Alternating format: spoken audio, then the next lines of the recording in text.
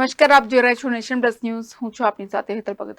4 જૂનના રોજ લોકસભા ચૂંટણી તેમજ વાઘોડિયાની પેટા ચૂંટણીની મતગણતરીને લઈને પોલીસ તંત્ર સજ્જ બન્યું છે. વડોદરાના પોલિટેકનિક કોલેજ ખાતે 4 જૂનના રોજ લોકસભા ચૂંટણી તેમજ વાઘોડિયા વિધાનસભાની પેટા ચૂંટણીની મતગણતરી થવાની છે, ત્યારે વડોદરા શહેર પોલીસ સજ્જ બન્યું છે. 750થી વધુ પોલીસ કર્મીઓ 4 જૂનના રોજ મતગણતરીના દિવસે હાજર રહેશે. જોઈન્ટ પોલીસ કમિશનર મનોજ નીનામાએ જણાવ્યું હતું કે મતગણતરી કેન્દ્ર ખાતે ત્રિસ્તરીય પોલીસ બંદોબસ્ત ગોઠવવામાં આવશે. પ્રથમ સ્તરમાં ગણતરી કેન્દ્રની બહાર તરફ, બીજું સ્તર કેન્દ્રના મુખ્ય ઇમારતની બહાર અને ત્રીજું સ્તર કેન્દ્ર મતગણતરી કેન્દ્રની અંદર રાખવામાં આવશે. લોકસભા ઇલેક્શન 2024 અને વાઘોડિયા વિધાનસભાની પેટા ચૂંટણી બંને કાઉન્ટિંગ વડોદરા ખાતે પોલિટેકનિક કોલેજમાં 4 તારીખે 4 જૂને રાખવામાં આવેલું છે. તેના માટે સલામતીના ભાગરૂપે તમામ વ્યવસ્થા થઈ ગઈ છે, જેમાં ડીસીપી, એસીપી અને પોલીસ પર્સનલ સહિત 400 માણસો જે છે એ 3 લેયરમાં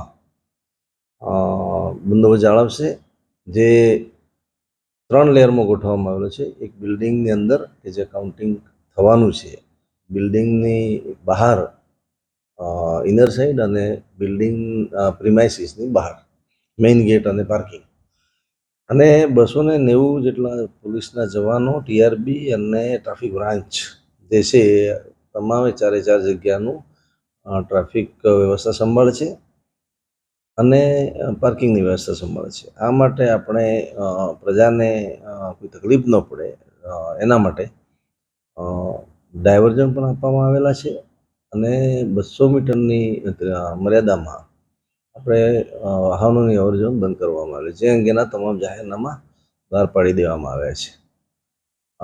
જ્યાં સુધી જે લોકોને અપીલ કરવાની છે આપણા માધ્યમથી, ખાસ એ છે કે ઈસીઆઈની ગાઈડલાઇન છે, માર્ગદર્શક સૂચનાઓ જે છે એ મુજબ મોબાઈલ ફોન કાઉન્ટિંગ સેન્ટરમાં ન એલાઉ છે. તો અગાઉથી જ આપણે અપીલ કરીએ કે મોબાઈલ લઈને આવે અને પછી રાખવાની અને મૂકવાની બધી સમસ્યાઓ ઊભી થતી હોય છે. એ નિવારવા માટે આપણે જે એલાઉ નથી એ વસ્તુને સાથે લાવીએ નહીં અને આમાં સહકાર આપીએ. બીજું કે જે તમારી પાર્કિંગ વ્યવસ્થા છે એ 4 પાર્કિંગમાં અલગ અલગ જગ્યાએ પાર્કિંગ રાખવામાં આવેલું છે. એમાં ખાસ કરીને ઉમેદવાર અને એજન્ટ માટે અલગ પાર્કિંગ વ્યવસ્થા છે, તે ગેટ નંબર 2 થી પ્રવેશ મળશે. ઓફિશિયલ્સ અને ઓફિસર્સ જે ચૂંટણી સાથે સંકળાયેલા છે એ લોકોને ગેટ નંબર 1 થી પ્રવેશ આપવામાં આવશે અને અર્લી મોર્નિંગ 4 વાગે આ બંદોબસ્ત લાગી જશે, એટલે પોલીસ પર્સનલ પણ 1 નંબરના ગેટથી આવી શકશે. પછી 1 નંબરના ગેટ સંપૂર્ણપણે બંધ કરવામાં આવશે. ત્યાં મેઇન ગેટ છે એની સામેની સાઈડ જે એમએસનું ગ્રાઉન્ડ છે ત્યાં આપણે પબ્લિક પાર્કિંગની વ્યવસ્થા કરવામાં આવી છે, જેથી લોકોને તકલીફ ન પડે અને ત્યાં પાર્ક કરીને એ લોકો જે લોકો અંદર નથી જવાના પણ કાઉન્ટિંગમાં ગેટની બહાર રહેવાના છે, ટેકેદારો છે, કાર્યકરો છે વગેરે વગેરે, એ રીતે ટોટલ 750 માણસો જે છે આ આખી પ્રક્રિયા દરમિયાન વડોદરા શહેરમાં જે કાઉન્ટિંગ થવાનું છે એમાં વ્યવસ્થા જાળવશે.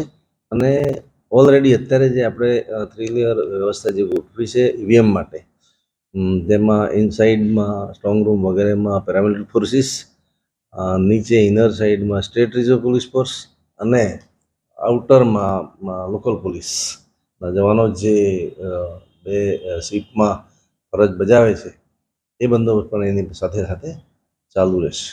કેમેરામેન નવનીત પરમાણી સાથે સત્ય નેવાશકર, નેશન પ્લસ ન્યૂઝ, વડોદરા. સમાચારોના સતત અપડેટ મેળવવા માટે અમારી નેશન પ્લસ ન્યૂઝની યુટ્યુબ ચેનલને સબસ્ક્રાઇબ કરો, બેલ આઇકન દબાવો અને જોડાયેલા રહો ફેસબુક, ઇન્સ્ટાગ્રામ અને ટ્વિટર પર.